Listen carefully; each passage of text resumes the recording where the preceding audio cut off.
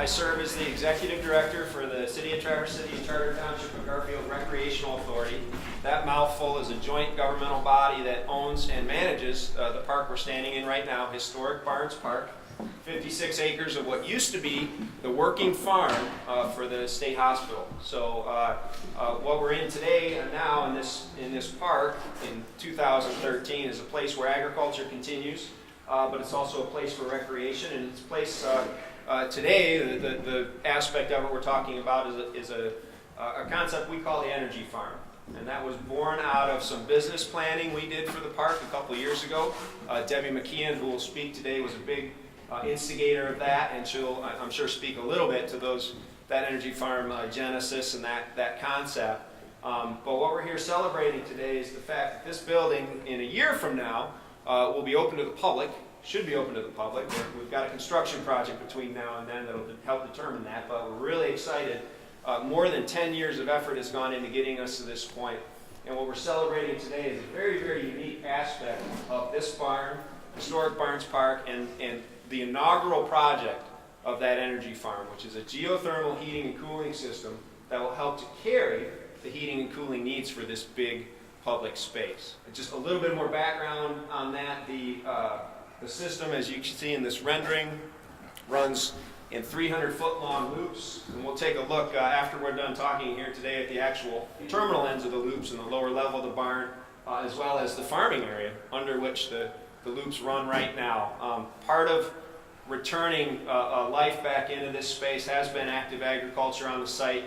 The geothermal system actually runs horizontally at depths of 6 to 15 feet deep, 300 foot out, right underneath that agricultural area. So that same land has been returned to producing food. We'll also soon be producing heating and cooling for the Cathedral Barn. And the poetry of that, I love it. I think it's so cool. And it's really a testament to the major donors that came to the table and helped us get this done. So without further ado, I'd like to introduce some of those important people, beginning with Ross Biederman, who serves as the chair of the Recreational Authority Board. Thank you all for coming. I just want to take a minute to point out the good things that can happen when people work together. Started with the Recreational Authority itself, which is a cooperative effort between a township and a city. And that's how this park is being developed. And the work you see over here on the Botanic Garden, that's the result of a cooperative effort and a capital campaign between the Recreation Authority and the Botanic Garden Society. And what Matt is talking about, getting the barn open so the public can use it, and creating an energy farm using a geothermal system is also a cooperative effort, because we had a great deal of help from consumers, from Cherryland, and from Light and Power, all working together to help put this system in. And so my thank you to the utility people that are here and to everyone else who's here. That's my bid for today. Thank you for coming.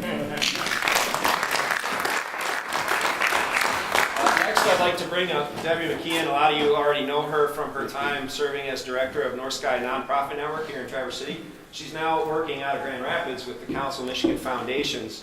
We're really glad to have her sneak her up here this morning, get her back in Traverse City to say a few words about this project. So Debbie, thank you. Thanks. Good morning, everyone. Well, it couldn't be more of a pleasure for me to be back here. What I want to just highlight today is the difference between leadership and visionary leadership.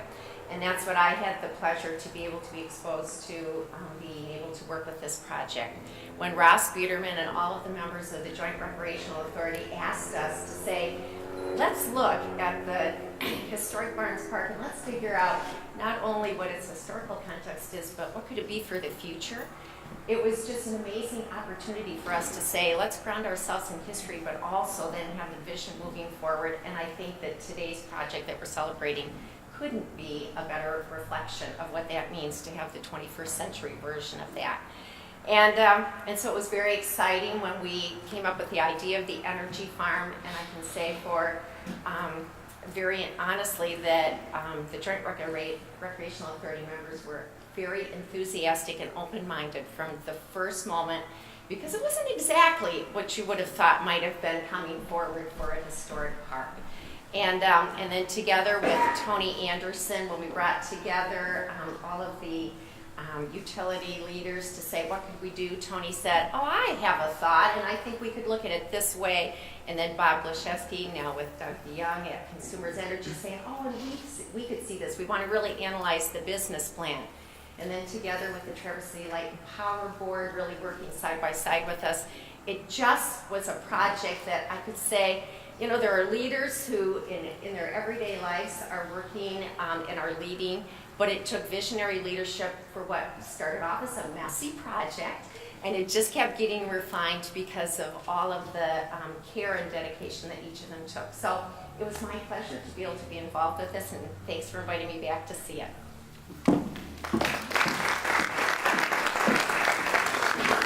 And we wouldn't be here today, and the well wouldn't be in the ground today without significant leadership in a lot of ways, including financial. So big reason why we're here today is to honor the people who put their money where their mouth was and really helped pay for the installation of the system.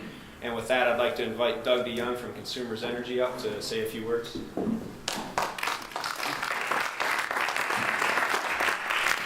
Thank you. We're at Consumers Energy are very proud to be a part of this, really both an educational opportunity in our community and a real energy saving opportunity for the historic Barnes Park here. I'd like to congratulate the innovation and the design. I think this is a prime example of how energy efficiency savings can be utilized and really become a part of our community.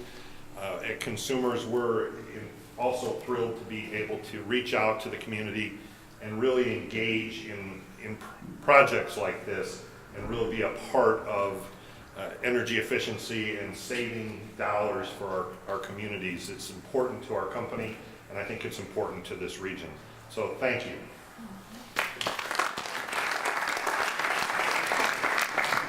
We're also very proud and happy to have Tony Anderson here today from Cherryland Electric.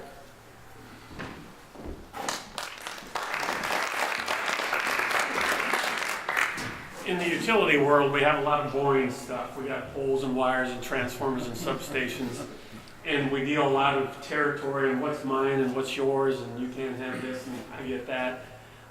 What I like best about this project is we made it about community and not about utility. The ratepayers from Consumers Energy will be able to use this, citizens from Traverse City Light and Power will be able to use this building, and cooperative members will benefit when this building is done. And for me, on a personal level, I'll never forget the first time I walked in here. I just love old barns, and I looked up at the roof and I thought, I need a lot of rope and some hay. When I was a kid in South Dakota, my grandfather had a big old barn, and we spent a lot of time swinging on a rope in that barn. And the winds of time have pushed that old barn in the ground. So it gives me a lot of personal pleasure and cooperative pride to be able to play just a small role in keeping these barns viable for decades to come. So thank you very much.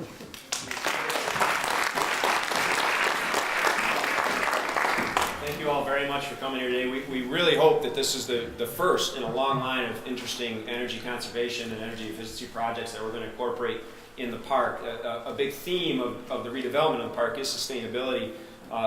Sustainability and energy efficiency tie together so lovely because you're reducing operating costs at the same time you're doing good things in a lot of other ways. So we're just tickled on all kinds of levels that this project came to fruition. We're extremely grateful to the supporters of it.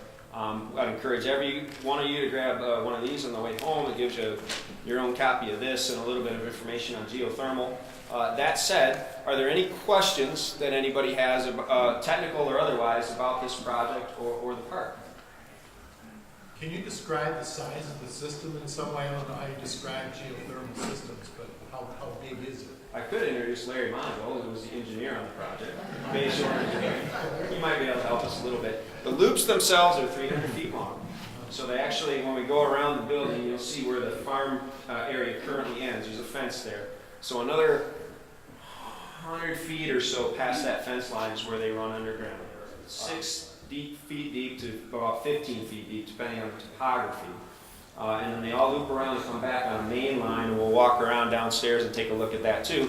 Terminate inside the barn. Right now you see 2 black poles sticking up out of the ground. You'll witness that yourselves here shortly, but that'll all tie into the heating system.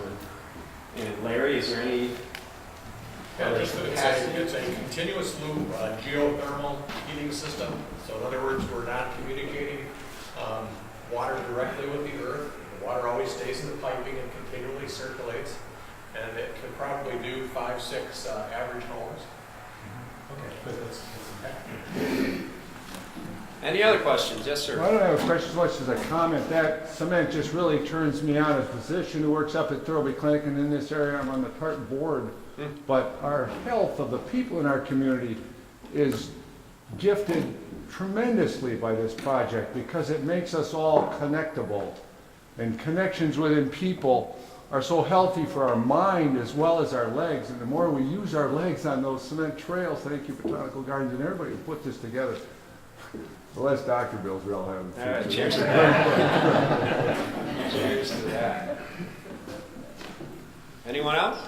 Yes. What are your plans for heating the rest of the site? My understanding is that this geothermal system will heat this barn. Right now it's dedicated and tied to this barn. We sized it for this barn, but we have opportunity to go literally in the opposite direction. If we wanted to do more horizontal drilling and add additional buildings to it in the future, we could tie additional buildings into the current system right now, depending on when we see capacity, person load, user. It sort of depends. We'll let usership play a role in that too. But one of the really neat things that the drillers found in this horizontal field is that the soils out here are kind of a wet sand at that depth, which is just apparently perfect for geothermal conductivity. So we lucked out in that regard as well. So it would be viable to go out in the other direction, add more loops, and connect more buildings in the future. We'd also like to do some other style projects out here as well. Certainly some solar would be neat. There's a lot of things that could be done with this space that could serve a lot of different purposes, be really educational, and just work on a lot of levels. Anyone else? Let's step out into the sunshine, and before, feel free to grab more coffee or beverages or snacks. But if you're interested, we'll wander around to the lower level of the barn and take a look at the terminal end. The public push behind this was preserve the barns. As expansive an idea as it is, here's the result, I'm afraid. That's it, huh? This is it. These are the 2 terminal ends of the loop. The beauty of having this already installed, obviously, is that we're ready to just plug into it, and it also allowed the installers to pressure test the system and make sure there weren't any leaks and make sure that everything that was buried was done well and ready to go. So this lower level of the barn will get a new floor, and this will be long-term additional restrooms, a catering kitchen, a green room / bride's room for events like that. The area I'm standing in now is going to be the mechanical room where all the heating and cooling and all that good stuff goes. So, not as photogenic as the big barn upstairs, but we're awfully excited about it. The lower level of the barn is where they kept animals. So this is where cattle would be. Upper level, and it's true of both barns, upper level was all feed. So stacked floor to ceiling with straw or hay or whatever forage they were using for the animals. The stalls and everything obviously have been removed from this level. The barn next door, the stalls are still there.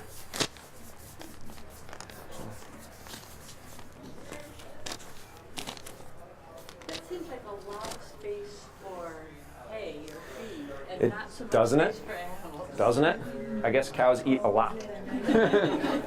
I've always thought the same thing, that the dimensions didn't seem equivalent, but apparently they are. For everyone who just wandered in, I don't mean to underwhelm you, but here it is. Yeah. Yeah. Thank you very much. I'm standing in what will be the mechanical room for the remodeled barn. These two terminal ends are the terminal ends of that closed loop that Larry described above. We've been able to, because these are installed, we were able to pressure test the system and look for leaks before the installers went away. So we know that the system's ready. And those two little black tubes are awfully exciting to us. They may not make a very tremendous photo, but that's a big thing for the park, and we're extremely excited about it.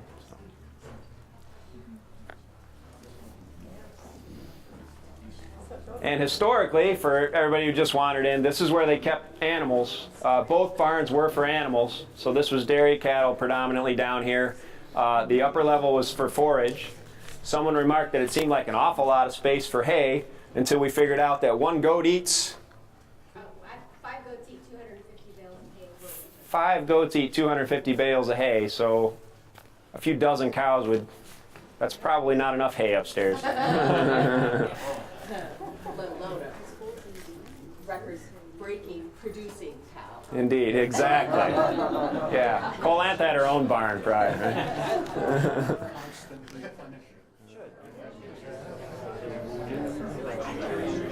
One more interruption to your morning, and then it'll be the last one for me. But I do want to invite everyone back the first Saturday in October, Saturday, October 5th, from 10 in the morning till 2 in the afternoon. We're going to do a park open house. We're calling it a walk in the park. I think you've noticed the new cement trail that runs all the way from above Copper Ridge and across the park. We'll do a ribbon cutting for that and celebrate the fact that the new trail is in. We'll also offer everyone a sneak peek inside that new visitor center, the one they're working on right now. So it'll be the first public opportunity to get a peek inside at the new Botanic Garden Visitor Center. And we'll throw the barn back open. We'll have docents and all kinds of people to give tours, guided or self-guided. It should be a lot of fun. We'll hope for good weather, and would love to see you and yours all back here on Saturday the 5th. 10 a.m. to 2 p.m. It's just a broad open house. Feel free to drop in at any time. Okay. Thank you all very much.